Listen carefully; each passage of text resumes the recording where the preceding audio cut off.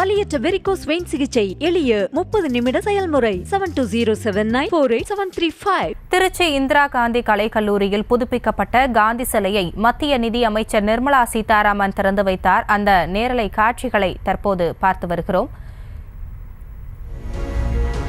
இது குறித்த கூடுதல் விவரங்களோடு இணைகிறார் எமது செய்தியாளர் கதிரவன். வணக்கம், விவரங்களை வழங்கலாம். வணக்கம் ராசினி. மத்திய நிதி அமைச்சர் திருமதி நிர்மலா சீதாராமன் விமானம் மூலம் திருச்சி விமான நிலையத்திற்கு இன்று காலை 10:40 மணி அளவு வருகை தந்தார்.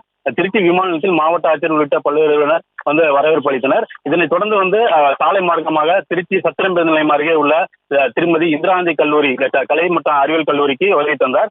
இங்கு காந்தி சிலையாக 1934ஆம் ஆண்டு காந்தியடிகள் திருமதி இந்திரா காந்தி கல்லூரி உள்ள அரச மரத்தின் கீழ் அமர்ந்து பேராசிரியர்களுக்கும் மாணவர்களுக்கும் போதனை வழங்கினார். அந்த இடத்தில் புதுப்பிக்கப்பட்ட காந்தி சிலையை மத்திய நிதி அமைச்சர் திறந்து வைத்தார். இதைத் தொடர்ந்து மாணவிகளுடன் கலந்துரையாடல் நிகழ்ச்சிக்கு தற்போது சென்று கொண்டிருக்கிறார்.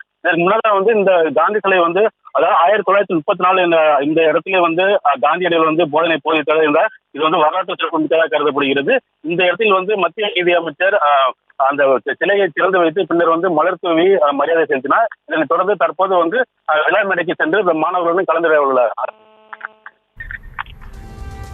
விவரங்களுக்கு நன்றி கதிரவன்.